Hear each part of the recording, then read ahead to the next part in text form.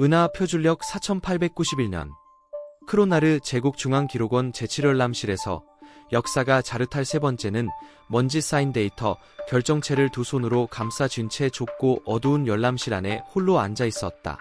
그의 피부는 짙은 청회색이었고 등에 솟아난 세 쌍의 감각 돌기는 오늘따라 유독 깊이 축 처져 있었다. 4만 년의 제국 역사를 기록해 온 이 방에서 그는 처음으로 자신이 기록해야 할 사건을 제대로 이해하지 못한 채 펜을 들었다는 사실을 깨달았다. 데이터 결정체 안에는 분류 코드 SOL 3번, 별칭 지구, 현지 명칭 어스라고 기록된 행성의 파일이 담겨 있었다. 은하계 예거, 나선팔의 가장 먼 끄트머리에 위치한 작고 보잘것없는 암석 행성. 표면 온도는 영하 70도에서 영상 60도까지 극단적으로 변동하며 대기는 활성산소와 질소로 가득 차 있어 많은 종족에게는 독성을 발휘하는 환경이었다. 중력은 은하 기준치의 1.3배로 다소 높은 편이어서 장기 체류 시 관절 손상이 우려될 수준이었다.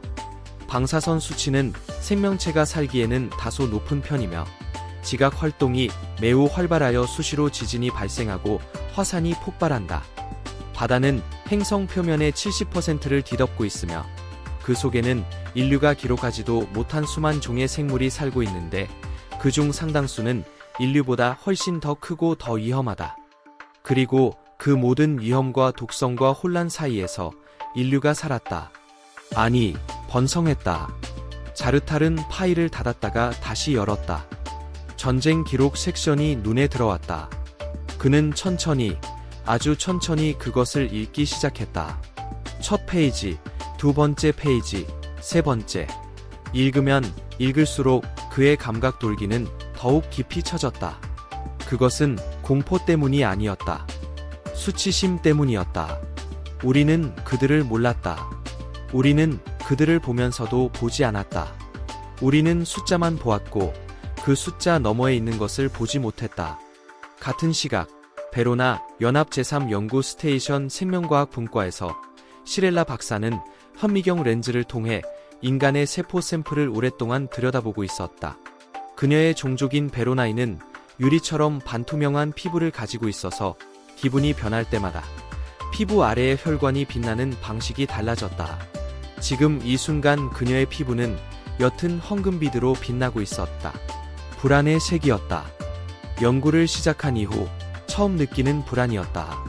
인간의 DNA 안에는 수십억 년에 걸친 진화의 흔적이 고스란히 새겨져 있었는데 그것은 단순한 생존의 역사가 아니었다. 그것은 전쟁의 역사였다. 바이러스와 싸운 흔적, 기생충과 싸운 흔적, 세균과 싸운 흔적, 포식자와 싸운 흔적, 그리고 자기 자신의 종족과 싸운 흔적. 인간의 몸은 끊임없이 공격받아왔고 그 공격들 속에서 더 강해지도록 설계되어 있었다. 마치 단련을 목적으로 존재하는 것처럼. 인간의 면역체계는 알려진 지적 생명체 중 가장 복잡하고 공격적인 축에 속했다. 예부 위협에 노출될수록 오히려 적응력이 높아지는 구조. 베로나인의 경우 새로운 병원체에 노출되면 회복에 평균 40일이 걸렸다. 인간은 7일이었다. 일부 인간은 사흘 안에 회복되었고 그 과정에서 면역 기억을 형성하여 같은 위협이 다시 오면 단 몇 시간 만에 제압했다. 인간의 뼈는 충격을 흡수하고 골절 후 다시 붙는 과정에서 이전보다 더 강해졌다.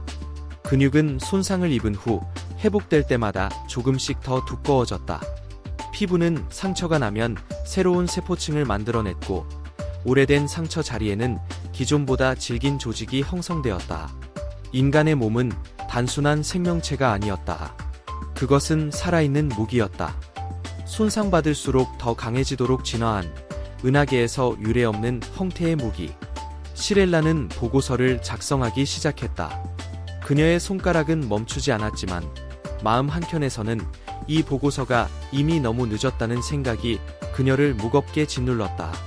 은하 예거, 드라크 전사 집단 제고함대 기함의 훈련 구역에서 전사 그락스는 인간 전투원의 전신 스캔 데이터 앞에 오랫동안 서 있었다. 드라크 종족은 평균 신장 3m의 천연 예골격을 가진 전사 종족이었다. 은하계에서 가장 강인한 생명체로 알려져 있었으며 드라크 전사 하나가 옌만한 소대를 혼자 상대할 수 있다는 것은 은하계 어디서나 통하는 상식이었다. 그런 그락스가 인간의 전투 기록을 보면서 아주 조용히 생각에 잠겨 있었다. 인간은 드라크보다 작았다. 평균 신장 1.8m, 예골격 없음, 재생 능력 제한적. 기본 스펙만 보면 드라크의 절반도 되지 않는 존재였다. 하지만 전투 기록은 스펙표와 달랐다. 그락스는 인간과 드라크 전사가 1대1로 싸움 몇 가지 사례를 찾아냈다. 대부분의 경우 인간이 졌다. 하지만 그 방식이 문제였다.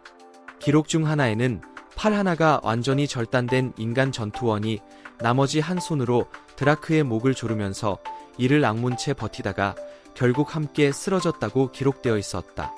또 다른 기록에서는 총 17발의 총탄을 맞은 인간 병사가 그럼에도 불구하고 계속 앞으로 나아가면서 손에 잡히는 아무 물건이나 집어들고 싸우다가 22번째 총탄이 심장을 꿰뚫은 후에야 비로소 쓰러졌다고 적혀 있었다.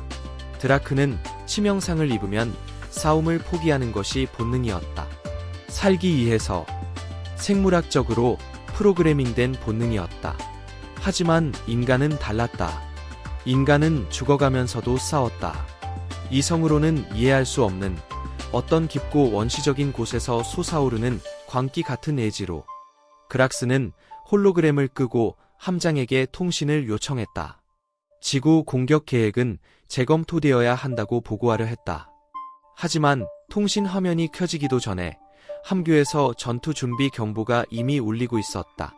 은하 2해 본회의장에서 이장 베로나스 5번째는 표결 결과 문서를 손에 쥔 채 창문 너머 우주를 바라보았다. 표결은 만장일치였다.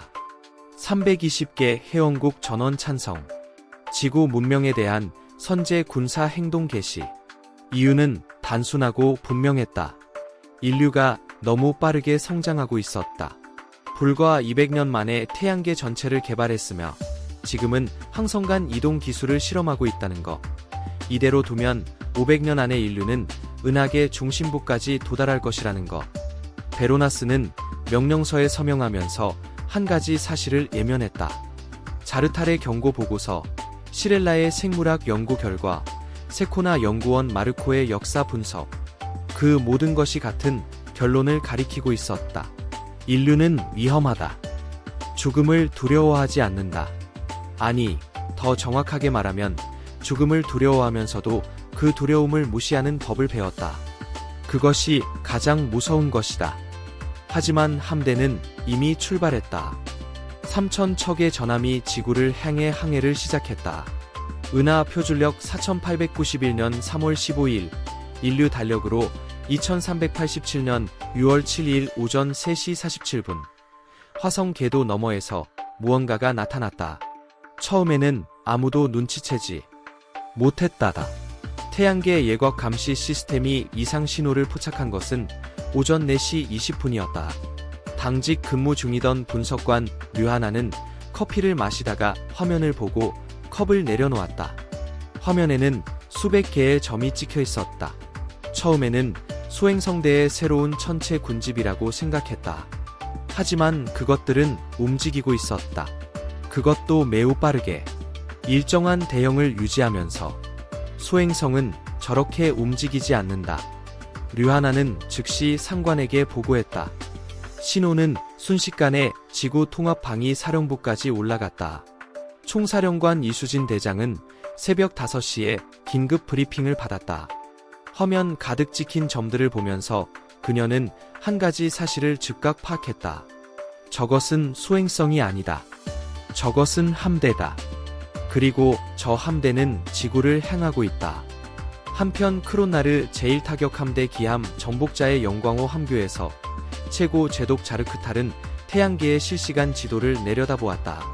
황금빛 태양을 중심으로 여러 행성이 공전하고 있었으며 그중 세 번째 행성이 오늘의 목표였다. 파란색과 초록색이 섞인 작고 아름다운 행성. 자르크탈은 40년간 크로나르 제국의 전쟁에서 단 한 번도 패배하지 않은 전략가였다. 그의 전략은 단순하고 효과적이었다. 압도적인 활력, 신속한 기동, 상대가 반응하기 전에 끝내는 거. 3,000척이면 충분했다. 아니, 사실 1,000척으로도 충분했다. 3,000척은 과잉이었다. 하지만 위해가 원했다. 확실하게, 빠르게, 흔적도 없이. 그는 계획서에 서명하면서 생각했다. 이것은 전쟁이 아니다. 이것은 진압이다. 뉴욕 통합방위사령부 지하 벙커 오전 5시 33분. 이수진은 테이블 위에 올라온 정보들을 빠르게 훑었다. 적의 함선수, 추정 규모, 무장 수준, 예상 도달 시간. 숫자들이 줄지어 나열되어 있었다. 이수진은 숫자를 보는 순간 알았다. 이것은 전통적인 의미의 전쟁이 아니었다. 이것은 말살이었다. 적은 어떤 협상도, 어떤 항복 조건도 제시하지 않은 채 그냥 오고 있었다. 인류를 제거하러 오고 있었다. 전 세계 비상 경보 발령. 그녀의 목소리는 놀랍도록 침착했다. 옆에 서 있던 부관 로이 아크바르가 잠깐 눈을 깜빡였다. 카카, 민간인 패닉이 낫다 해도 알고 죽는 것이 모르고 죽는 것보다 낫습니다. 경보 발령. 전 세계 비상 경보 시스템이 울리기 시작한 것은 오전 5시 45분이었다. 지구의 모든 도시에서 모든 언어로 동시에 경보음이 울려 퍼졌다. 예계 함대 접근. 인류 역사상 최초의 예계 침공. 전시 체제 선포. 서울에서 공군 파일럿 김민주는 어머니에게 전화했다. 엄마, 나 기지 가야 해. 걱정하지 마. 거짓말이었다. 그는 싸우러 갔다. 브라질 상파울루에서 19살 마리아나 올리베이라는 가족을 이끌고 지하 대피소로 내려가면서 눈물을 흘렸다가 어린 남동생의 손을 잡으며 눈물을 닦았다. 괜찮아. 언니가 있잖아. 모스크바의 물리학자 이반 볼코프 박사는 적 함선의 추진 시스템 분석을 즉시 시작했다. 세계가 무너지는 동안 그는 방정식을 풀었다. 그것이 그가 할 수 있는 싸움이었다. 오전 6시 12분, 최초 방위 위성 18개 파괴. 달기지 통신 두절. 화성 궤도 기지 교신 불능. 보고들이 빗발쳤다. 이수진은 모든 보고를 들으면서 명령을 내렸다. 지구 방위 함대 전부 출격. 그리고 전 세계 모든 연구기관에 통보. 적 함선 기술 분석 최우선 과제. 약점을 찾아라. 부관이 물었다. 카카, 현재 아군 전력으로는 압니다. 우리가 정면으로는 못 이긴다는 거. 그래서 정면으로 싸우지 않을 겁니다. 이수진은 화면 속 3,000척의 함대를 바라보며 조용히 중얼거렸다. 당신들이 실수한 겁니다. 우리는 정면전에서 지는 법을 잘 알아요. 그리고 정면전에서 지면 어떻게 하는지도. 지구 방위 함대 기함 서울호 함교. 사령관 박지연 중장은 교전 개시 직후 명령을 내렸다. 각 소대는 독립작전으로 전원. 적선두 집중 공격 절대 금지. 후위 지원 함선 우선 타격. 분산 전술이었다. 크로나르의 집중 포화를 피하고 후위 보급선을 먼저 무너뜨리는 것. 인류 함대 200척이 3,000척을 향해 수백 개의 작은 위협으로 변신하는 것처럼 사방으로 분산했다. 크로나르의 전술 분석관 케르다는 믿을 수 없었다. 인류는 자살 행위처럼 보이는 전술로 실제로는 크로나르의 후위를 조용히 갉아먹고 있었다. 인류 함선들은 크로나르의 방어선에 구멍을 뚫으려 하지 않았다. 방어선의 가장자리를, 가장 약한 부분을 끊임없이 물어뜯고 있었다. 볼코프는 3시간 만에 적 함선의 약점을 찾아냈다. 반중력 추진 시스템의 공명 주파수야. 이 주파수에 맞는 에너지 펄스를 발사하면 추진 시스템이 과부하를 일으켜. 주파수 발생기만 있으면 돼. 우리가 가진 전파 장비로 충분히 만들 수 있어. 이수진은 보고를 받고 30분 만에 전 세계 모든 기술 연구소에 제작 지시를 내렸다. 자동차 공장, 전자제품 공장, 항공기 제조 시설이 평화로운 물건을 만들던 손으로 새로운 무기를 만들기 시작했다. 인류는 전쟁 중에도 일했다. 공장은 멈추지 않았다. 연구실의 불은 꺼지지 않았다. 그것이 예개인들이 이해하지 못한 것이었다. 인류는 위기가 왔을 때 멈추지 않는다. 더 빠르게 움직인다. 크론나르 외무관 베실은 처음으로 인간 포로를 직접 보았다. 오른쪽 팔이 팔꿈치 아래에서 안전이 절단된 남성 인간이 있었다. 상처에서 출혈이 계속되고 있었고 산소 수치도 낮았다. 기준으로 보면 의식을 잃어야 정상인 상태였다. 그런데 그는 깨어 있었다. 외무실 문이 열리자 그 인간은 남은 한 손으로 베실의 손목을 잡았다. 그의 눈은 또렷했다. 그가 말한 것은 이랬다. 내 동료들, 괜찮아요. 자신의 잘린 팔에 대해서가 아니라, 자신의 고통에 대해서가 아니라, 동료들이 괜찮은지를 먼저 물었다. 베실은 그 순간 무언가를 느꼈다. 그것이 무엇인지 그는 아직 정확히 표현하지 못한다. 케르다의 긴급 보고가 제독에게 올라갔다. 인류 함대는 평균 40분마다 전술을 수정합니다. 우리가 새로운 공격 패턴을 사용하면 4번의 교전 이내에 대응책이 나타납니다. 인류 함선들은 격파되어도 멈추지 않습니다. 기관이 살아있는 한 심각한 손상을 입은 함선들이 여전히 전투 중입니다. 일부는 격파된 후에도 전진하면서 충돌 공격을 시도합니다. 자르크탈은 처음으로 표정이 굳었다. 15대 1의 수적 열세에서 인류는 적에게 그 수의 3배에 달하는 손실을 입혔다. 이것은 예상했던 전쟁이 아니었다. 교전 개시 후 사흘째 인류에게 새로운 무기가 생겼다. 아미르 라시디 박사, 이란계 캐나다인 물리학자, 나이 52살, 항성간 추진 이론의 세계적 권위자. 그는 목성 궤도의 헤르메스 정류장에서 대피 명령을 무시했다. 저는 여기 있겠습니다. 저는 민간인이 아닙니다. 저는 물리학자입니다. 그리고 지금 제가 있어야 할 곳은 바로 여기입니다. 그가 하려는 것은 공간 접이 실험이었다. 이론적으로는 완성된 기술이지만 실험에서 단 한 번도 성공한 적 없는 기술이었다. 성공하면 지구의 함선들이 어디에나 순간이동할 수 있었다. 크론나르의 함대 한복판에도, 그들의 고향 행성 궤도에도. 아미르의 손이 떨렸다. 실패하면 자신도 죽는다. 헤르메스 정류장 전체가 사라질 수 있다. 하지만 그는 버튼을 눌렀다. 인간이기 때문에. 정복자의 영광호 바로 옆 5km 거리에 갑자기 인류의 소형함선 한 척이 나타났다. 어디서도 접근하지 않았다. 그냥 나타났다. 그 함선에서 신호가 왔다. 화면에 수염을 기른 중년 남성이 나타났다. 아미르 라시디였다. 그는 웃으면서 말했다. 안녕하세요, 제독님. 저는 지금 여러분의 기함 바로 옆에 있습니다. 그리고 다음에 제가 나타날 때는 다른 배들도 함께 올 겁니다. 그리고 그 함선은 다시 사라졌다. 함교는 침묵이 흘렀다. 케르다가 조용히 말했다. 제독 카카, 인류가 순간이동 기술을 완성한 것 같습니다. 같은 시각, 화성 원정대 지휘관 에리크 한센 준장이 이수진의 명령을 받았다. 화성에서 지구까지의 거리를 이용한 초장거리 포격. 크론나르의 함대는 화성에서 오는 공격을 예상하지 못했다.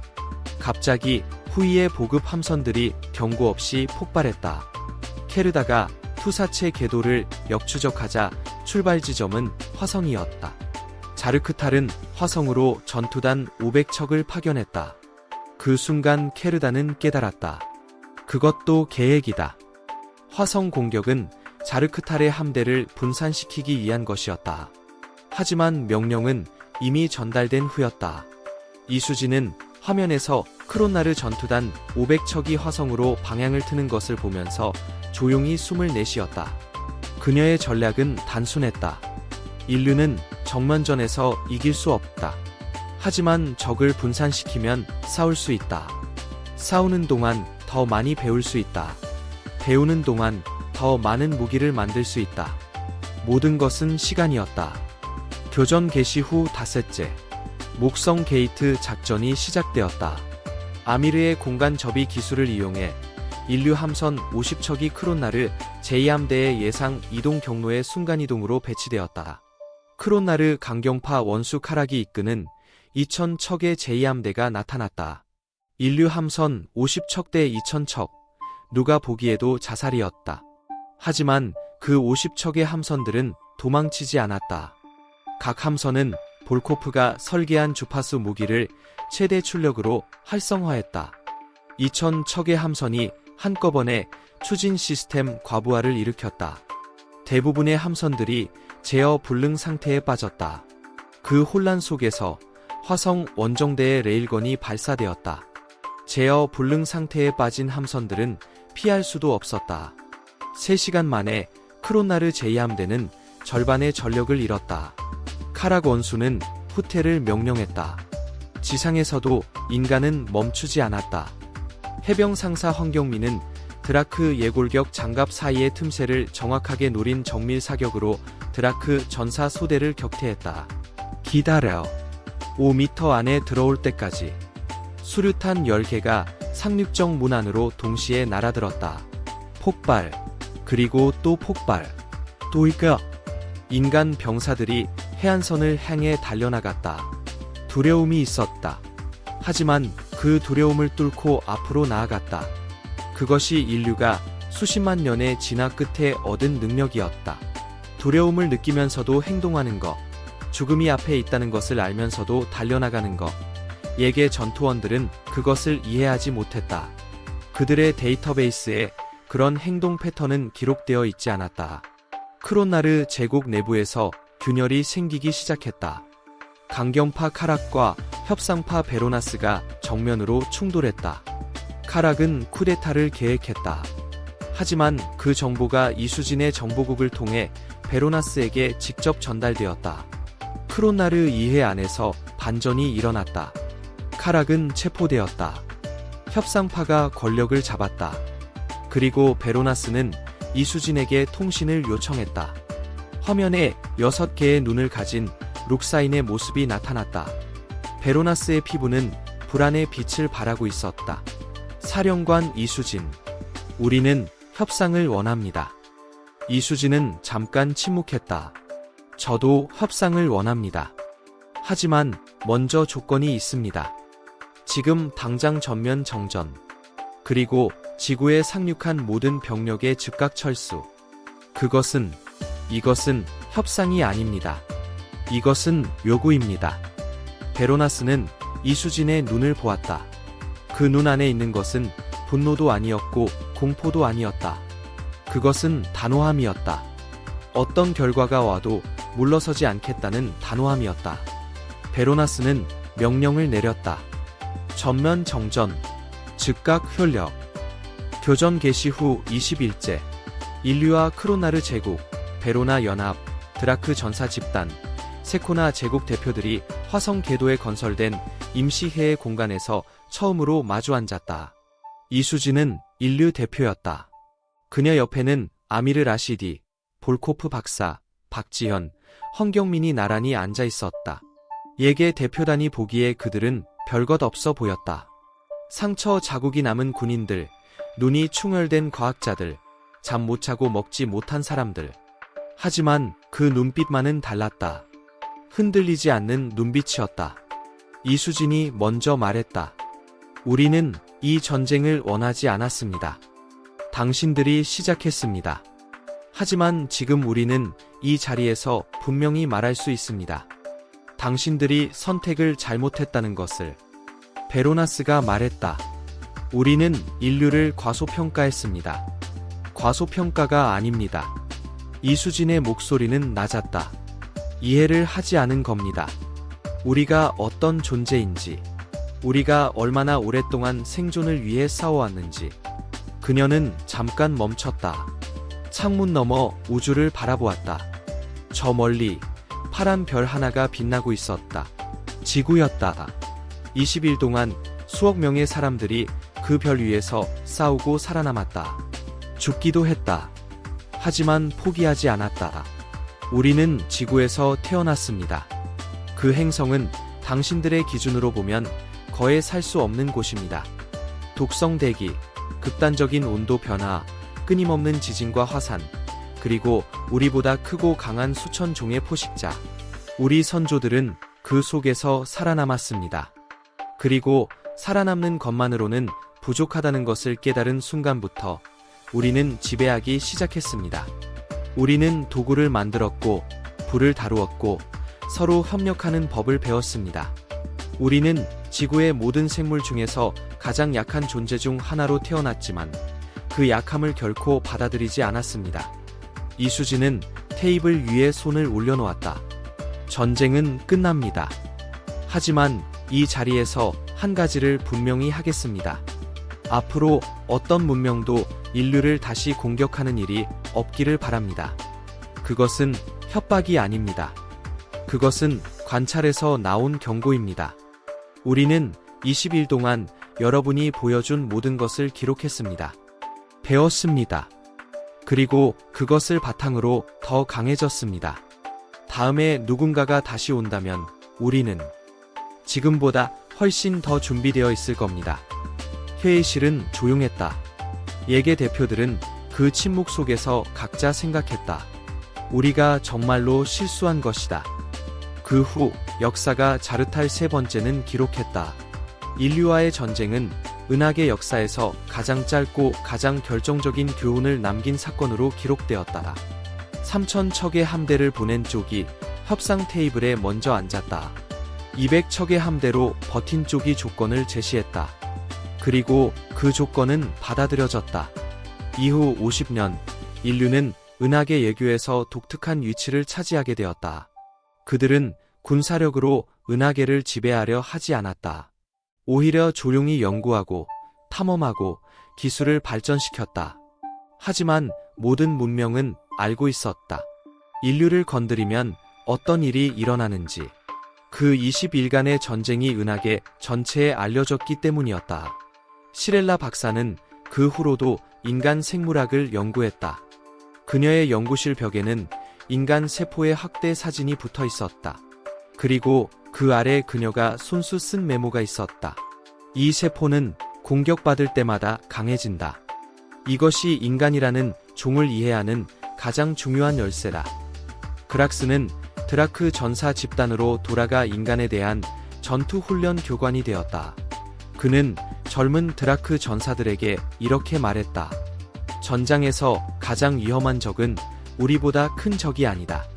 죽어가면서도 내 목을 조르는 적이다. 그리고 그런 적이 은하계에 있다. 잊지 마라. 케르다는 은퇴 후 해고록을 썼다. 그 첫 문장은 이랬다. 나는 20일간의 전쟁에서 전술 분석관으로 복무했다. 그 전쟁에서 내가 배운 것은 전술이 아니었다. 그것은 인류라는 종의 본질이었다. 그들은 질 때도 배운다. 그리고 배운 것을 바로 사용한다. 그것이 그들이 가진 가장 무서운 무기였다. 베로나스 다섯 번째는 퇴임 연설에서 이렇게 말했다. 우리는 인류를 두려워했기 때문에 공격했습니다. 그러나 두려움은 잘못된 반응이었습니다. 우리가 했어야 할 것은 이해였습니다. 우리는 이제 그것을 배우고 있습니다. 그러나 그 교훈을 얻는 대가가 너무 컸습니다. 다음 세대는 이 실수를 반복하지 않기를 바랍니다. 은하 표준력 4942년 크론나르 제국 중앙기록원. 역사가 자르탈 세 번째는 이제 늙었다. 그의 감각 돌기는 반쯤 구부러진 채였고 피부는 더 짙은 회색이 되었다. 하지만 그는 여전히 기록원에 앉아 있었다. 오늘 그가 쓰는 것은 마지막 장이었다. 인류는 지금 은하계 곳곳에 있다. 그들은 여전히 싸우기도 하고 협력하기도 한다. 웃기도 하고 울기도 한다. 사랑하기도 하고 미워하기도 한다. 실수를 하고 그 실수에서 배운다. 그들은 복잡하다. 모순적이다. 이해하기 어렵다. 하지만 한 가지는 분명하다. 그들은 결코 포기하지 않는다. 자르탈은 펜을 내려놓았다. 창문 밖을 보았다. 저 멀리 별들이 빛났다. 그중 어딘가에 노란 별 하나가 있었다. 그 별 주위를 도는 세 번째 행성. 파란 행성. 지구. 그는 조용히 중얼거렸다. 우리가 실수한 것은 그들이 약하다고 생각한 것이 아니었다. 우리가 실수한 것은 약함과 강함을 같은 척도로 측정할 수 있다고 생각한 것이었다. 인류에게는 다른 척도가 있었다. 그것은 함선의 수가 아니었다. 무기의 크기가 아니었다. 그것은 의지였다. 죽음이 바로 앞에 있을 때도 눈을 감지 않는 의지. 모든 것을 잃었을 때도 포기하지 않는 의지. 두려움을 느끼면서도 앞으로 나아가는 의지.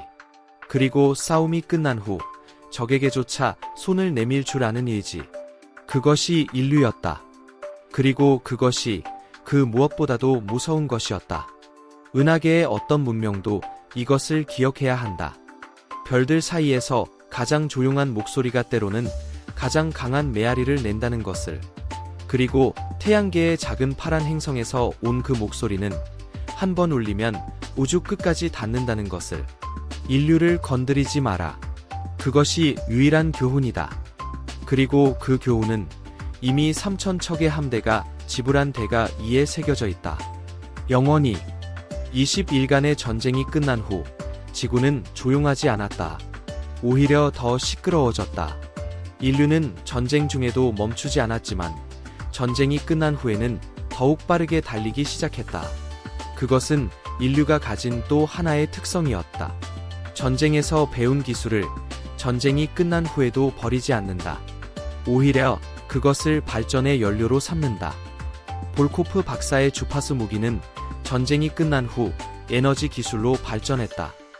반중력 추진 시스템의 공명 원리는 인류의 항성간 이동 기술에 직접 적용되었다. 아미르 라시디의 공간 접이 기술은 더욱 정밀해졌고 더 큰 규모로 확장되었다. 20일간의 전쟁에서 적에게서 배운 기술들이 이제 인류의 우주 탐험을 가속시키는 도구가 되었다. 박지현 중장은 전후 해구록에서 이렇게 썼다. 우리는 그 전쟁에서 진정한 의미의 승리를 거두지 못했다. 우리는 단지 살아남았을 뿐이다. 하지만 살아남는 것이 때로는 이기는 것보다 더 중요하다. 그리고 살아남은 우리는 그 경험을 통해 이전보다 훨씬 더 강해졌다. 황경민 상사는 전쟁이 끝난 후 드라크 전사 집단과의 교환 프로그램에 참여했다. 드라크와 인간이 함께 훈련하는 프로그램이었다. 처음에는 서로를 경계했다. 하지만 시간이 지나면서 드라크 전사들은 인간의 전술적 유연성에 경의를 표하기 시작했고, 인간 병사들은 드라크의 신체적 강인함을 존중하기 시작했다. 황경민은 그 프로그램에서 가장 나이 많은 드라크 전사와 친구가 되었다. 그 드라크는 이름이 그락스였다. 훈련 구역에서 인간 전투 기록을 들여다보던 그 전사였다. 그락스와 황경민은 처음에 언어가 통하지 않아 손짓과 몸짓으로 소통했다. 하지만 몇 달이 지나자 서로의 언어를 조금씩 배우기 시작했다. 어느 날 저녁, 훈련을 마치고 둘이 나란히 앉아 별을 바라볼 때 그락스가 서툰 한국어로 물었다. 인간은 애 싸우면서 웁니까? 황경민은 잠깐 생각하다가 대답했다. 소중한 것을 지키기 위해서. 소중한 것을 잃을 때 슬프지만 그래도 지키려 하기 때문에 눈물이 나는 거예요. 그락스는 오랫동안 침묵했다. 그리고 말했다. 드라크는 눈물이 없습니다. 하지만 나는 지금 그게 슬픕니다. 전쟁이 끝난 지 1년 후 은하의회는 특별 결의를 채택했다. 어떤 문명도 다른 문명에 대해 선제 군사 행동을 할 수 없다는 내용이었다. 그것은 지구 전쟁의 직접적인 결과였다. 베로나스가 주도한 결의였다. 그는 퇴임 전 마지막 업적으로 이 결의를 남기고 싶었다. 결의는 통과되었다. 320개 회원국 중 314개국이 찬성했다. 반대한 6개국은 모두 군사 강국이었다. 하지만 그들도 결의를 무시할 수는 없었다. 지구 전쟁의 결과가 그들에게도 충분한 경고가 되었기 때문이었다. 이수진은 그 결의 소식을 들으면서 조용히 미소를 지었다. 그것은 승리의 미소가 아니었다. 안도의 미소였다. 우리는 싸우기 위해 태어난 것이 아니다. 우리는 살기 위해 태어났다. 싸우는 것은 살기 위한 수단일 뿐이다. 이제 조금 더 오래 살 수 있는 환경이 만들어졌다. 그것으로 충분했다. 은하 표준력 4900년. 지구에서 50광년 떨어진 항성계, 베로나 연합의 신규 식민지 행성 에로나. 에로나의 대기는 지구와 비슷했다. 그래서 인류와 베로나인이 함께 정착한 행성이었다. 인구는 아직 적었지만 다양했다. 인간 약 5만 명, 베로나인 약 4만 명, 그리고 소수의 드라크와 세코나인도 있었다. 에로나의 첫 번째 학교 교장은 인간 여성이었다. 이름은 류하나. 과거의 태양계 예거 감시 시스템에서 최초로 크로나르 함대를 발견했던 그 분석관이었다. 그녀는 이 행성에서 다종족 아이들을 가르치는 교사가 되어 있었다. 류하나의 교실에는 인간 아이들과 베로나인 아이들이 나란히 앉아 있었다. 그들은 서로의 언어를 배우고 서로의 역사를 공부했다. 어느 날 베로나인 아이 하나가 물었다. 선생님, 지구 전쟁 때 인간은 무서운 줄 알면서도 싸웠어요. 류하나는 잠깐 생각했다. 그리고 대답했다. 무서운 줄 알기 때문에 싸운 거야. 무서운 줄 모르는 건 용기가 아니야. 무서운데도 앞으로 나아가는 게 용기야. 베로나인 아이는 고개를 갸웃거렸다. 하지만 그러면 더 힘들지 않나요? 류하나는 웃었다. 그렇지. 더 힘들어. 하지만 그게 인간이거든. 20일간의 전쟁을 직접 겪은 세대가 노인이 되어가는 시대. 우주 곳곳에서는 그 전쟁에 대한 이야기가 전설처럼 전해졌다. 크로나르의 젊은이들은 그 전쟁을 교훈으로 배웠다. 드라크의 전사들은 그것을 경이의 역사로 기억했다. 베로나인 과학자들은 그것을 연구 대상으로 삼았다. 그리고 인간들은 그것을 자랑스럽게 기억하지 않았다. 적어도 가장 현명한 인간들은. 그들은 그 전쟁을 슬픔으로 기억했다. 얼마나 많은 사람이 죽었는지, 얼마나 많은 도시가 파괴되었는지, 얼마나 많은 가족이 흩어졌는지. 전쟁은 이겼다고 해서 아름다운 것이 아니었다.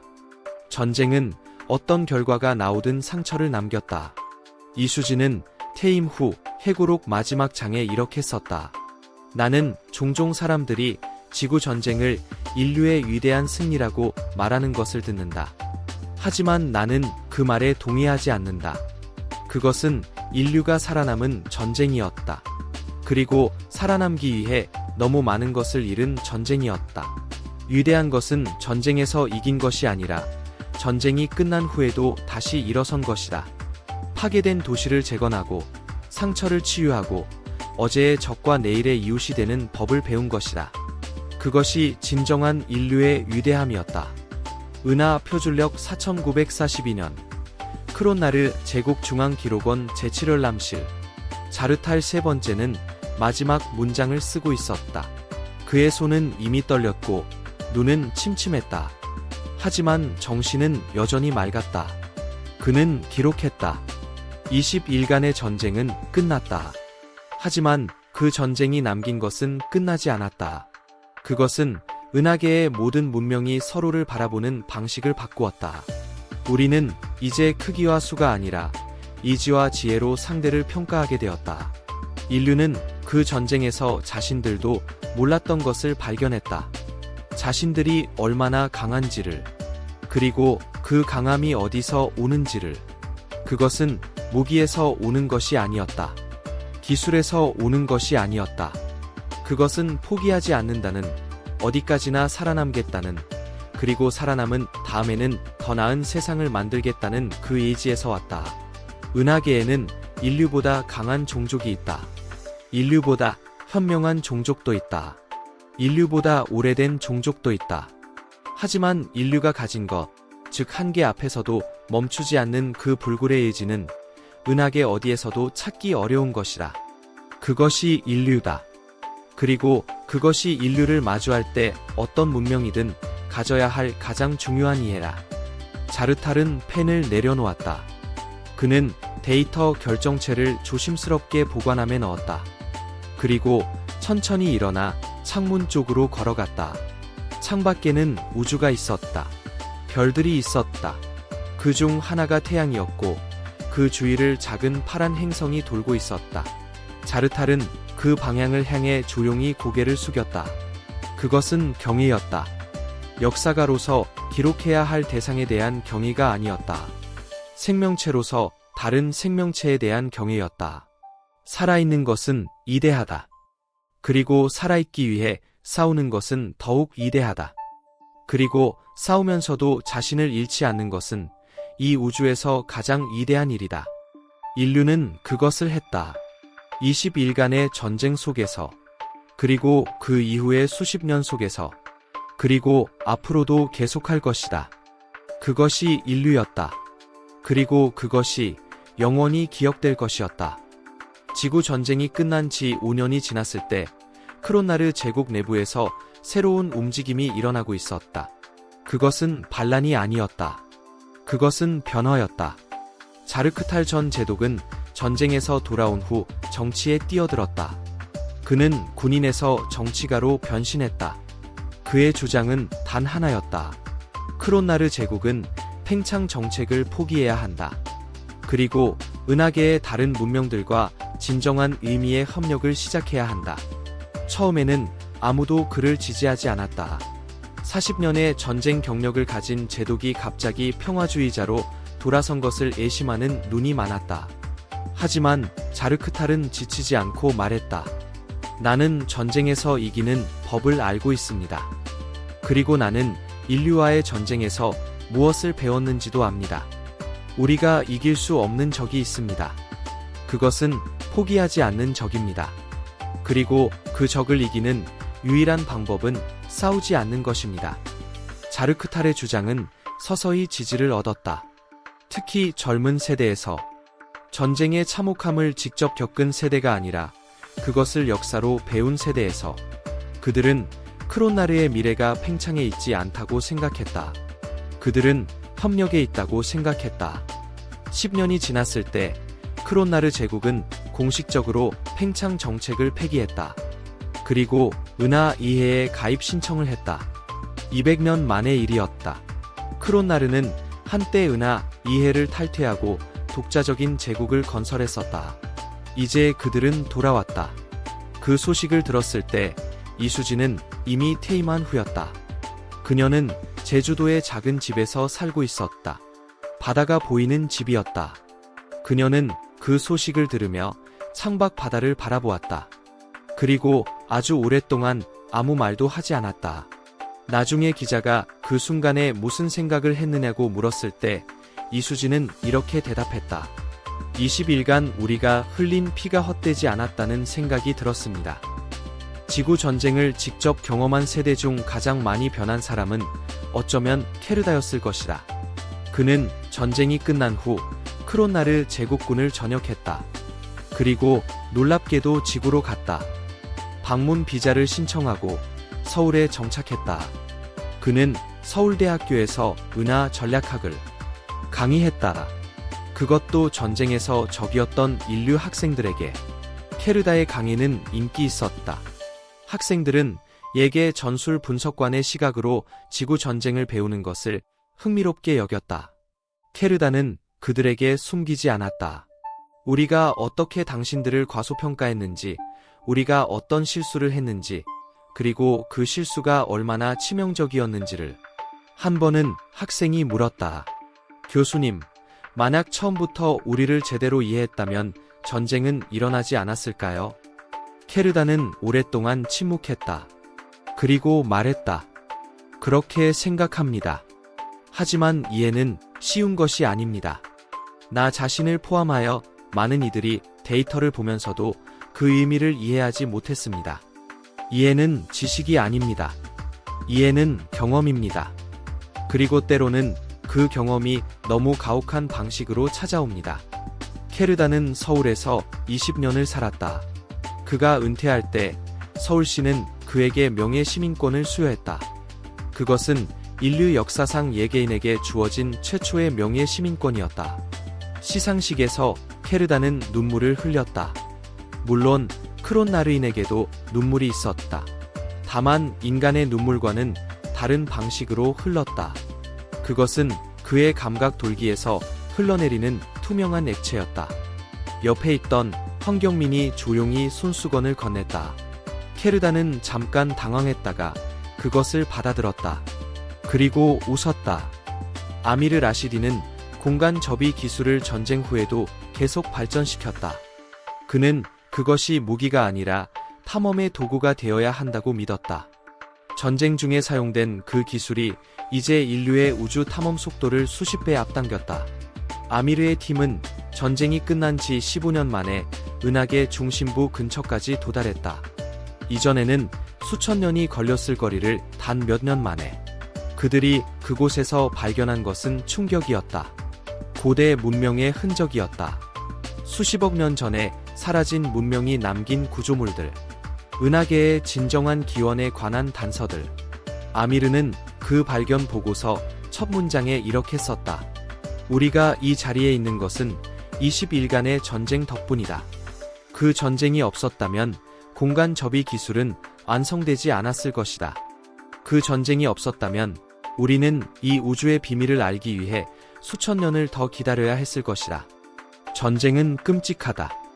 하지만 인류는 끔찍한 것에서도 아름다운 것을 만들어낼 줄 안다. 그것이 우리가 계속 나아가는 이유다.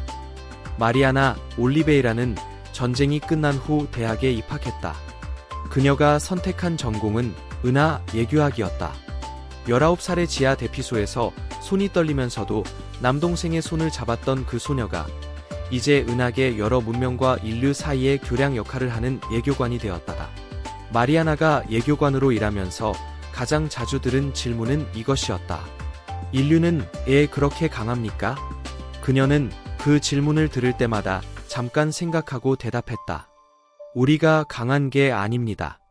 우리는 그냥 포기를 모르는 거예요. 그리고 포기를 모르기 때문에 결국에는 길을 찾아냅니다. 그것이 전부입니다. 그 단순한 대답이 은하계 수백 개 문명의 예교 기록에 남겨졌다. 인류는 강해서 강한 것이 아니다. 포기를 모르기 때문에 결국 길을 찾는다. 그것이 인류다. 전쟁이 끝난 지 50년이 지난 어느 날, 지구의 한 박물관에서 특별 전시가 열렸다. 20일간의 전쟁 전시였다. 그 전시에는 전쟁 중의 무기들, 사진들, 기록들이 있었다. 그리고 전시의 마지막 공간에는 아무것도 없었다. 텅 빈 하얀 방이었다. 벽에는 단 하나의 문장이 적혀 있었다. 이 공간은 전쟁에서 돌아오지 못한 모든 이들을 위해 비워두었습니다. 그 방 앞에서 많은 사람들이 멈춰섰다. 인간도 있었고, 베로나인도 있었고, 크론나르인도 있었다. 각자 다른 이유로 멈춰섰지만 그들이 그 방을 바라보는 눈빛은 같았다. 그것은 기억이었다. 그리고 다짐이었다. 다시는 이런 일이 없도록 하겠다는 다짐이었다. 그 전시를 관람한 케르다는 나중에 이렇게 썼다. 나는 그 텅 빈 방 앞에서 한참을 서 있었다. 그 방은 인류가 전쟁을 어떻게 기억하는지를 보여주었다. 그들은 승리를 자랑하지 않았다. 그들은 상실을 기억했다. 나는 그 순간 인류를 조금 더 이해하게 되었다. 그들이 왜 싸우는지, 그리고 그들이 싸운 후에 무엇을 원하는지를. 인류는 강하다. 하지만 그들의 강함은 무기에 있지 않다. 그들의 강함은 기억하는 것에 있다. 잃어버린 것을 기억하고 그 기억을 바탕으로 더 나은 것을 만들어가는 것. 그것이 인류의 진정한 힘이다. 은하 표준력 4980년, 인류 달력으로 2436년. 지구 인구는 이제 500억을 넘었다. 태양계 전체에는 700적. 그리고 태양계 밖의 식민지를 합치면 1000억 가까이 되었다. 인류는 은하계 곳곳에 퍼져 있었다. 하지만 그들이 어디에 가든 가져가는 것이 있었다. 그것은 지구의 흙이 아니었다. 그것은 이야기였다. 20일간의 전쟁 이야기. 포기하지 않았던 사람들의 이야기. 두려움을 느끼면서도 앞으로 나아갔던 사람들의 이야기. 그 이야기는 인류가 새로운 별에 도착할 때마다 함께 갔다. 그리고 그 이야기를 들은 예계 문명들은 인류를 다르게 바라보게 되었다. 두려움으로 보는 것이 아니라 경의로, 적으로 보는 것이 아니라 이웃으로. 그것이 20일간의 전쟁이 남긴 진짜 유산이었다. 총탄과 폭발이 아니라 이야기와 이해. 그것이 인류가 은하계에 가져온 선물이었다. 역사가 자르탈 세 번째가 기록을 마무리하기 전에 마지막으로 쓴 것은 이것이었다. 나는 이 기록을 읽을 미래의 누군가에게 묻고 싶다. 당신은 인류를 알고 있는가? 데이터로서가 아니라, 숫자로서가 아니라, 그들이 어떻게 싸우고, 어떻게 울고, 어떻게 다시 일어서는지를, 그것을 알고 있는가? 만약 알고 있다면, 당신은 이 기록에서 내가 쓴 것을 이해할 것이다. 만약 모른다면, 나는 이렇게 말하겠다. 직접 만나보라. 그들은 당신이 예상한 것과 다를 것이다. 항상. 그리고 그 다름이 당신을 더 풍요롭게 만들 것이다. 나에게 그랬던 것처럼. 이것이 내 마지막 기록이다. 4만 년의 역사를 기록해 온 자르탈 세 번째의 마지막 기록이다. 그리고 이 기록의 마지막 주인공은 인류다. 별들의 끄트머리에서 태어나 별들의 중심까지 달려간 인류. 두려움을 느끼면서도 멈추지 않는 인류. 죽어가면서도 동료를 걱정하는 인류. 적에게도 손을 내미는 인류. 텅 빈 방으로 상실을 기억하는 인류. 인류. 그것은 단순한 종족의 이름이 아니다. 그것은 하나의 의지의 이름이다. 그리고 그 의지는 우주가 끝나는 날까지 계속될 것이다. 전쟁이 끝나고 10년이 지났을 때 지구 각지에서 재건이 이루어지고 있었다. 폭격을 받은 도시들이 다시 세워지고 있었다. 부산 해안은 새로운 방파제로 보강되었고 그 위에는 전쟁 기념비가 세워졌다. 황경민 상사가 이끄는 분대가 첫 번째 드라크 상륙정을 격퇴했던 그 해안가에 서 있는 기념비였다. 기념비에는 이름이 새겨져 있었다. 그날 전투에서 목숨을 잃은 12명의 이름이었다. 황경민은 매년 그 기념비를 찾았다. 그는 혼자 거기에 서서 오래 머물렀다. 아무 말도 하지 않고 그저 서 있었다. 어느 해에는 그락스가 함께 왔다. 드라크 전사가 인간의 기념비 앞에 서 있는 것은 매우 드문 광경이었다. 지나가는 사람들이 눈을 크게 뜨고 바라보았다. 하지만 그락스와 황경민은 그것을 신경 쓰지 않았다. 그락스는 오랫동안 기념비의 이름들을 바라보았다. 그리고 말했다. 이들은 용감했습니까? 황경민은 대답했다. 네. 그리고 무서워했습니다. 동시에요. 네, 동시에요. 그락스는 다시 침묵했다. 그리고 말했다. 그것이 가장 어려운 일입니다. 황경민은 그 말을 듣고 잠깐 그락스를 바라보았다. 드라크의 눈은 인간의 눈과 달리 세상이었다. 그 6개의 눈이 지금 기념비를 바라보고 있었다. 그 눈빛에 무엇이 있는지 황경민은 정확히 알지 못했다.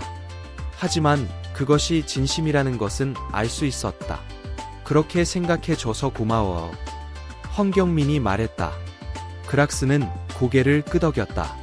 두 전사는 오랫동안 그 자리에 서 있었다. 한때는 서로 싸웠지만 이제는 같은 것을 바라보는 자리에 서 있었다. 그것이 평화가 만들어지는 방식이었다. 거창한 조약이 아니라 기념비 앞에 함께 서 있는 것으로. 볼코프 박사는 전쟁이 끝난 후에도 연구를 멈추지 않았다. 그는 주파수 무기 기술을 에너지 전달 시스템으로 전환하는 연구를 시작했다. 그 연구는 10년 후 인류의 항성간 에너지망 건설로 이어졌다.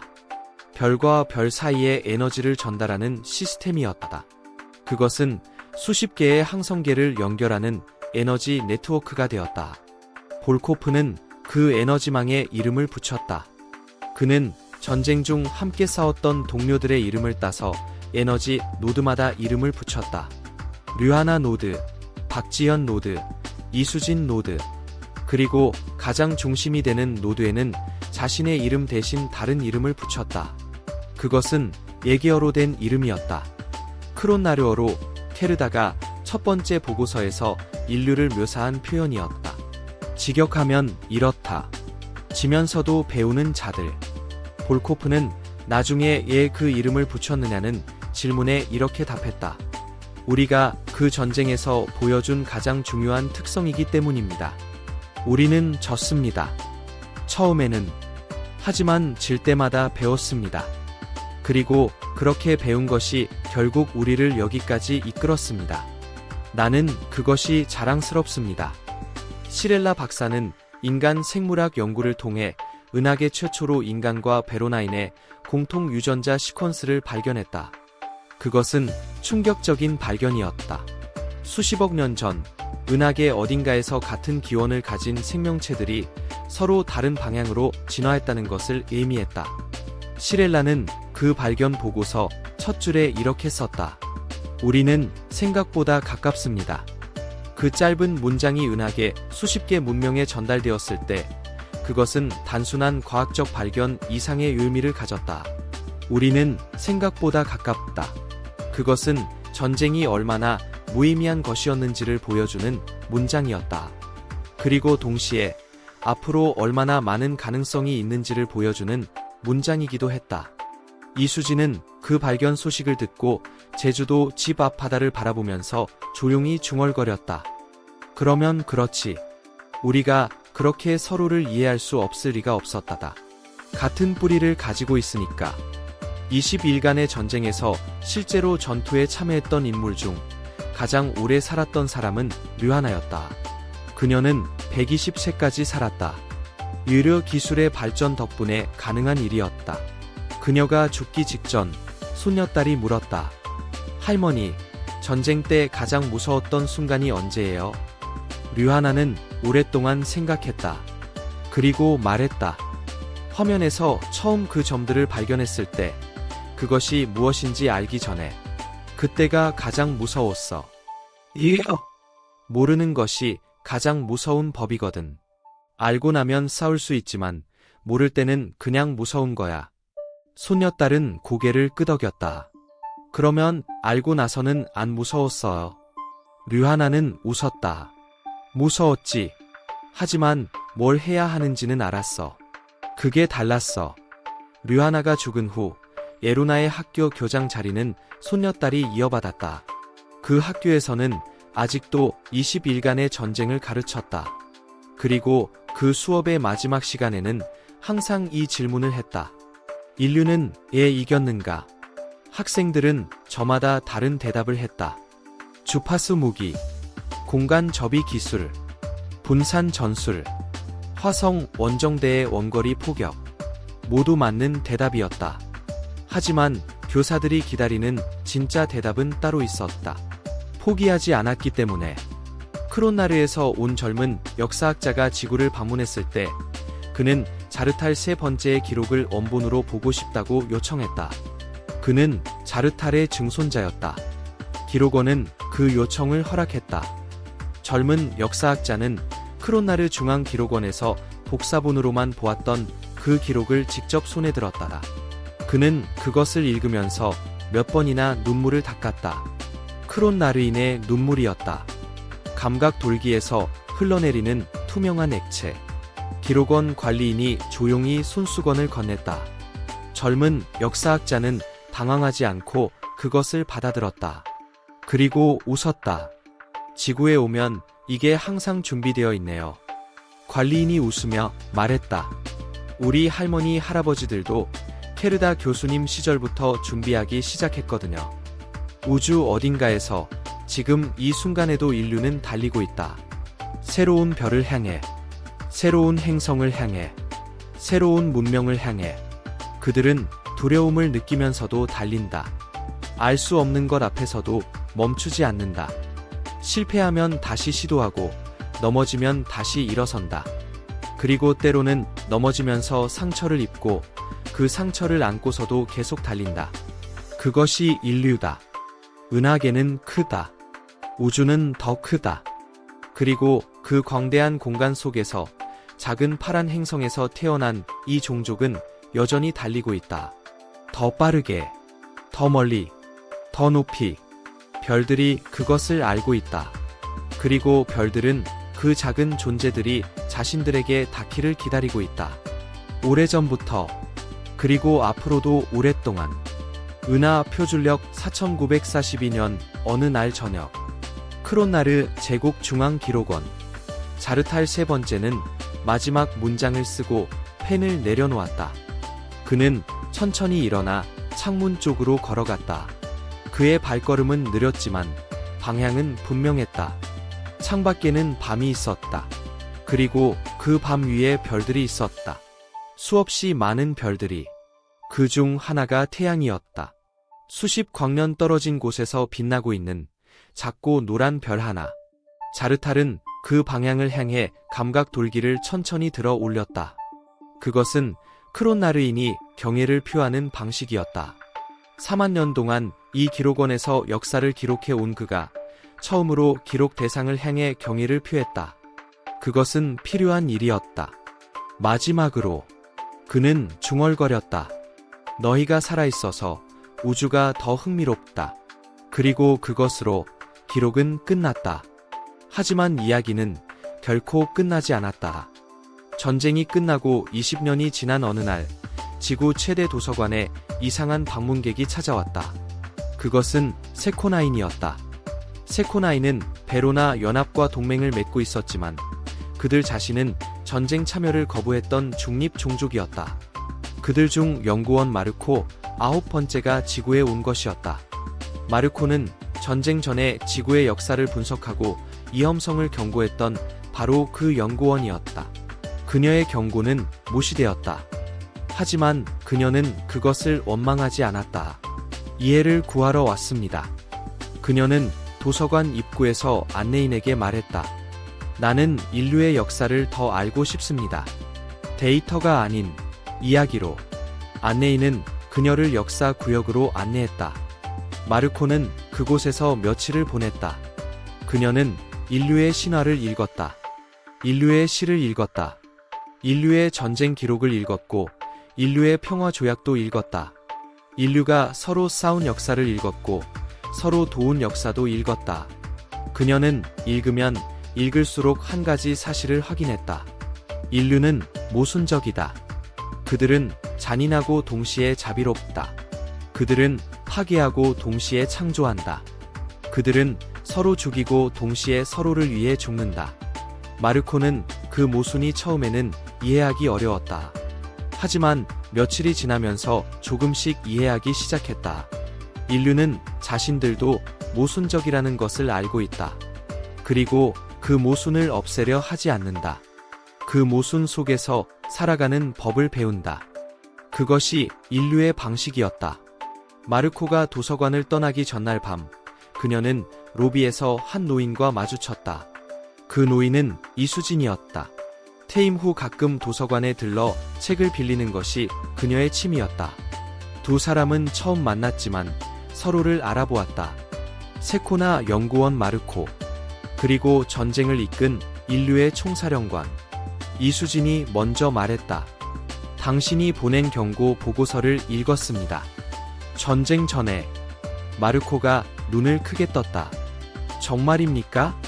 어떻게? 우리 정보국이 입수했습니다. 의회 해의 기록과 함께. 당신의 경고가 맞았습니다. 마르코는 오랫동안 침묵했다. 하지만 저는 막지 못했습니다. 그렇습니다. 하지만 당신이 경고를 보냈다는 사실은 알고 있습니다. 그리고 그것이 중요합니다. 이수진은 잠깐 미소를 지었다. 옳은 것을 말하는 것은 쉽지 않습니다. 듣는 사람이 없어도. 그렇게 해줘서 감사합니다. 마르코는 그날 밤 오래 잠들지 못했다. 인류의 총사령관이 그녀에게 감사하다고 말했다. 경고가 무시된 것에 대한 원망이 아니라 경고를 했다는 사실에 대한 감사. 마르코는 그것이 인류가 다른 이유를 조금 더 이해하게 된 것 같다고 느꼈다. 김민주는 전쟁에서 살아남았다. 그는 20일간의 전투에서 격추되었지만 탈출에 성공했다. 왼쪽 다리에 부상을 입었고 그 다리는 완전히 회복되지 않았다. 하지만 그는 복귀를 신청했다. 재활 기간 중에도 훈련을 쉬지 않았다. 의료팀이 만류했지만 그는 고집을 꺾지 않았다. 전쟁이 끝난 후 김민주는 전투 파일럿 훈련 교관이 되었다. 그는 젊은 파일럿들에게 기술만을 가르치지 않았다. 그는 마음을 가르쳤다. 두려울 때 어떻게 해야 하는가? 전우가 격추될 때 어떻게 해야 하는가? 이길 수 없어 보이는 상황에서 어떻게 계속 싸워야 하는가? 어느 날 훈련생이 물었다. 교관님은 격추되었을 때 포기하고 싶지 않았습니까? 김민주는 잠깐 생각했다. 포기하고 싶었습니다. 훈련생들이 놀란 표정을 지었다. 하지만 어머니한테 거짓말을 했거든요. 훈련생들이 이해하지 못하는 표정을 지었다. 걱정하지 말라고. 나 싸우러 가는 게 아니라고. 그 거짓말을 참으로 만들어야 했습니다. 그것은 논리적인 대답이 아니었다. 하지만 훈련생들은 그 대답을 평생 기억했다. 어떤 이유가 당신을 움직이느냐가 중요하다. 그것이 지식이든 의무든 아니면 어머니에게 한 거짓말이든. 전쟁 중 부산 해안에서 싸웠던 헌경민의 부대는 12명이었다. 전쟁이 끝났을 때 그중 8명이 살아있었다. 4명은 전사했다. 헌경민은 그 4명의 이름을 죽을 때까지 잊지 않았다. 그는 매년 추도식을 직접 준비했다. 가족들을 초대하고 꽃을 놓고 이름을 소리내어 읽었다. 어느 해 추도식에 그락스가 참석했다. 드라크 전사가 인간의 추도식에 참석하는 것은 전례 없는 일이었다. 그락스는 아무 말도 하지 않고 그 자리에 서 있었다. 추도식이 끝난 후 그락스가 조용히 말했다. 우리는 전사한 자를 기리지 않습니다. 드라크는 전사한 자는 전투에서 최선을 다했으므로 그것으로 충분하다고 생각합니다. 하지만 오늘 나는 이것이 다르다는 것을 느꼈습니다. 당신들이 이들을 기억하는 방식이. 헌경민이 물었다. 어떻게요? 그락스는 말했다. 당신들은 이들이 없어서 슬퍼합니다. 드라크는 이들이 잘 싸웠다는 것을 기립니다. 같은 것에 대해 다른 방식으로 대하는 것입니다. 나는 오늘 당신들의 방식이 이해가 됐습니다. 헌경민은 아무 말도 하지 않았다. 하지만 그의 눈에 눈물이 맺혔다. 전쟁이 끝나고 50년이 지난 후 이수진은 자신이 내린 가장 중요한 결정이 무엇이었는지를 묻는 인터뷰에서 이렇게 대답했다. 많은 사람들이 주파수 무기를 만든 것, 화성 원정대를 투입한 것, 공간 접이 기술을 활용한 것을 꼽습니다. 하지만 나는 그것들보다 더 중요한 결정이 있었다고 생각합니다. 그것은 크론나르 내부 정보를 베로나스에게 전달한 것입니다. 우리는 그것을 이용해 카락을 실각시키는 데 도움을 줬습니다. 그리고 그것이 협상의 문을 열었습니다. 전쟁을 계속하는 것보다 끝내는 것이 더 어려울 때가 있습니다. 나는 그 순간 싸우기를 멈추고 손을 내미는 것을 선택했습니다. 그것이 가장 어려운 결정이었고 동시에 가장 중요한 결정이었습니다. 기자가 물었다. 그 결정이 옳았다고 생각합니까? 이수진은 창밖을 바라보다가 대답했다. 여기 지금 우리가 있습니다. 그것으로 답이 됩니까? 베로나 연합의 시렐라 박사는 인간과 베로나인의 공통 유전자 발견 이후에도 계속 연구를 이어나갔다. 그녀의 목표는 달라졌다. 그녀는 이제 어떻게 다른 종족들이 함께 살아갈 수 있는지를 연구했다. 그것은 생물학적 연구이기도 했고 사회학적 연구이기도 했다. 그녀의 가장 유명한 논문의 제목은 이것이었다. 공통의 약함이 공통의 강함이 된다. 그것은 인류가 보여준 것이었다. 혼자서는 약하지만 서로의 약점을 알고 서로 보완할 때 강해지는 것. 볼코프와 아미르는 서로 다른 분야의 전문가였지만 협력했다. 이수진과 박지연은 서로 다른 전술 스타일을 가졌지만 함께 싸웠다. 헌경민과 그락스는 적이었지만 결국 친구가 되었다. 시렐라는 그것을 이렇게 요약했다. 인류는 혼자 강한 것이 아니다. 함께 강한 것이다. 그리고 그 함께함이 그들을 은하계에서 독특한 존재로 만든다. 지구 전쟁 100주년 기념식이 열린 날, 은하계 수십 개 문명의 대표들이 지구를 방문했다. 그들은 전쟁 기념관을 방문했다. 전쟁 중의 무기들, 사진들, 기록들, 그리고 텅 빈 하얀 방. 방문한 예계 대표단 중 크론나르인 역사학자가 있었다. 자르탈의 증손자였다. 그는 텅 빈 방 앞에서 오랫동안 서 있었다. 그리고 조용히 말했다. 우리 증조부는 이 전쟁을 기록하면서 인류를 이해하게 되었다고 했습니다. 나는 오늘 이 방을 보면서 그것이 무슨 의미인지 조금 알 것 같습니다. 그 방은 비어 있었지만 가득 차 있었다. 기억으로, 그리움으로, 그리고 다짐으로. 인류는 그들의 상실을 이렇게 기억한다. 아무것도 없이, 그리고 그 아무것도 없음으로 모든 것을 말한다. 지금 이 순간에도 우주 어딘가에서 인류는 달리고 있다. 새로운 별을 발견하고, 새로운 생명체를 만나고, 새로운 언어를 배운다. 그들은 실수를 하고 그 실수에서 배운다. 그들은 싸우고 그 싸움에서 무언가를 얻는다. 그들은 잃고 그 상실을 기억한다. 그것이 인류다. 작은 파란 행성에서 태어나 별들 사이로 나아간 종족. 두려움을 느끼면서도 멈추지 않는 종족. 죽어가면서도 동료를 걱정하는 종족. 어제의 적에게 손을 내미는 종족. 텅 빈 방으로 상실을 기억하는 종족. 은하계가 기억하는 것은 인류의 전함 200척이 아니었다. 은하계가 기억하는 것은 그 200척에 탄 사람들이었다. 두려워하면서도 출격한 사람들이었다. 격추되면서도 동료를 부르는 사람들이었다. 팔이 잘려도 적의 목을 조르는 사람들이었다. 그것이 인류였다. 그리고 그것이 앞으로도 인류일 것이다. 별들이 그것을 안다.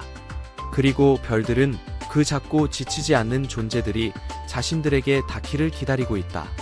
오래전부터, 그리고 아마도 영원까지 인류를 건드리지 마라. 그것이 전부다. 그리고 그것으로 충분하다. 전쟁이 끝나고 30년이 지난 시점, 은하계에는 새로운 개념이 자리를 잡아가고 있었다.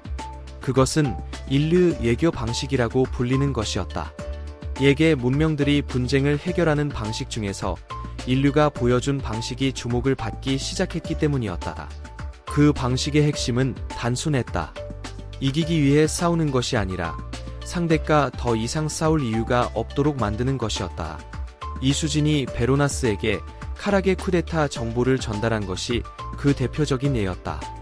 그것은 전술적 이익을 포기하는 행위였다. 그 정보를 이용했다면 크론나르 내부를 더욱 혼란에 빠뜨릴 수 있었을 것이었다. 하지만 이수진은 그렇게 하지 않았다. 대신 베로나스에게 전달함으로써 그가 협상파를 지킬 수 있도록 도왔다. 전쟁을 계속하는 것보다 끝내는 것이 더 나은 결과를 가져온다고 판단했기 때문이었다. 그것이 인류 외교 방식의 본질이었다. 적을 파괴하는 것이 아니라 적이 더 이상 적이 아니게 되는 조건을 만드는 것. 그것은 약해서 하는 것이 아니었다. 오히려 강하기 때문에 할 수 있는 것이었다. 상대를 파괴할 수 있는 능력이 있으면서도 그 능력을 사용하지 않는 선택. 그것이 진정한 강함의 표현이었다. 은하 이해 내에서 인류 외교 방식을 연구하는 그룹이 생겼다. 그 그룹의 좌장은 베로나인 학자였는데 흥미롭게도 시렐라의 제자였다. 그는 이 방식을 이렇게 정의했다. 인류는 싸움을 끝내는 법을 싸움을 시작하는 법만큼이나 잘한다. 그리고 그것이 그들을 진정으로 이험한 존재가 아니라 진정으로 유용한 존재로 만든다. 아미르 라시디가 처음 공간 접이 실험을 성공시킨 장소인 헤르메스 정류장은 나중에 역사 유적지가 되었다. 그 자리에 박물관이 세워졌고 거기에는 아미르가 버튼을 누르던 순간을 재현한 전시물이 있었다. 관람객들은 그 자리에서 가상현실로 그 순간을 체험할 수 있었다. 체험 프로그램의 마지막 장면은 이랬다. 관람객은 아미르의 시점에서 버튼 앞에 서 있게 된다. 계기판에는 성공 확률이 표시되어 있다. 32%. 그리고 음성 안내가 들린다. 성공하면 인류의 전쟁의 전환점이 됩니다. 실패하면 이 정류장은 사라집니다. 당신도 함께 선택하십시오. 많은 관람객들이 그 순간 오랫동안 서 있었다. 버튼을 바라보면서 32%의 확률. 그리고 인류는 그것을 눌렀다. 실제로 체험을 마친 관람객들은 출구에서 방명록에 메모를 남길 수 있었다. 그 방명록에는 수백만 개의 메모가 가득 찼다. 인간의 글씨도 있었고, 크로나르의 문자도 있었고, 베로나인의 투명한 잉크로 쓴 글도 있었다. 드라크의 강인한 손자국도 있었다. 그리고 그 모든 글들이 공통으로 담고 있는 것이 있었다. 그 버튼을 눌렀다는 것이 믿기지 않는다. 그리고 눌렀다는 것에 감사한다. 전쟁이 끝난 후 인류가 가장 먼저 한 것 중 하나는 크로나르 포로들을 돌려보내는 것이었다. 포로들은 교전 중에 포획된 크로나르 병사들이었다. 그들은 지구의 수용시설에 있었다. 이수진은 정전이 선포되자마자 그들을 돌려보내라는 명령을 내렸다. 크로나르 포로들이 수용시설에서 나왔을 때 그들이 가장 놀란 것은 자신들이 받은 대우였다. 그들은 잘 먹었고 유료 처치를 받았으며 강제 노동을 하지 않았다. 인류는 그들을 적으로 대하지 않았다. 전쟁 포로로 대했다. 그것이 차이였다. 크로나르의 전쟁 포로 처리 방식은 달랐다. 그들은 포로를 노동력으로 활용했다. 하지만 인류는 달랐다. 포로는 전쟁이 끝나면 돌아갈 사람들이라고 생각했다. 그렇게 대했다. 포로로 있다가 돌아간 크로나르 병사 중 한 명이 나중에 인터뷰에서 말했다. 나는 지구에서 적보다 나은 대우를 받았습니다. 그것이 나를 당황하게 했습니다. 그리고 그 당황함이 나를 생각하게 만들었습니다. 예, 그들은 적에게 잘 대하는가? 이후 오래 생각한 끝에 나는 이해했습니다. 그들은 오늘의 적이 내일의 이웃이 될 수 있다는 것을 알고 있었습니다. 그것이 인류의 방식이었습니다. 이수진 총사령관이 퇴임한 지 10년이 지났을 때 그녀를 인터뷰하기 위해 기자가 제주도를 찾아왔다. 기자는 젊었다.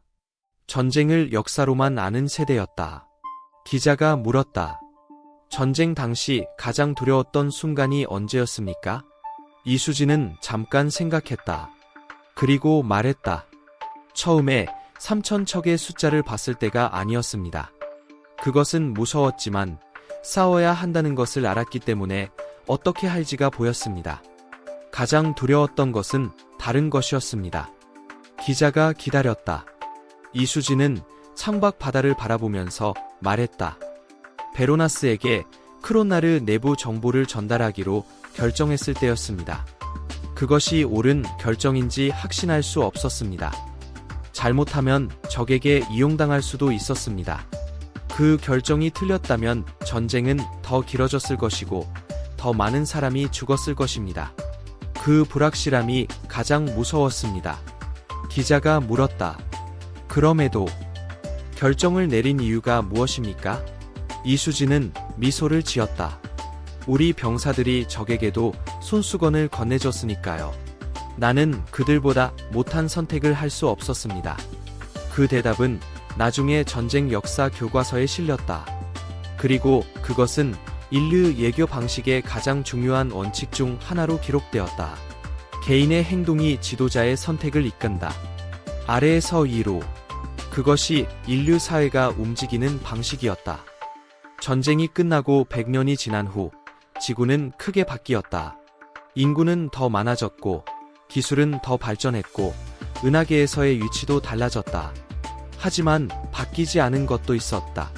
매년 6월 7일이 되면 지구 전역에서는 같은 행사가 열렸다. 그날이 3,000척의 함대가 처음 나타난 날이었기 때문이었다. 아니, 더 정확하게는 200척의 함대가 그것을 향해 출격한 날이었기 때문이었다. 각 지역에서 다양한 방식으로 그날을 기렸다. 어떤 곳에서는 묵념을 했다. 어떤 곳에서는 노래를 불렀다. 어떤 곳에서는 기념비를 찾았다. 그리고 어떤 곳에서는 그냥 하늘을 올려다보았다. 저 하늘 너머에 무엇이 있는지 알면서 그리고 그것을 알면서도 두려워하지 않기로 선택하면서.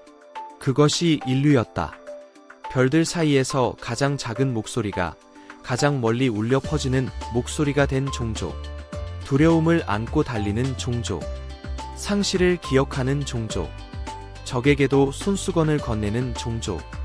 32%의 확률로도 버튼을 누르는 종족. 그것이 인류다. 그리고 그것이 영원토록 은하계가 기억할 이름이다. 인류. 포기를 모르는 자들.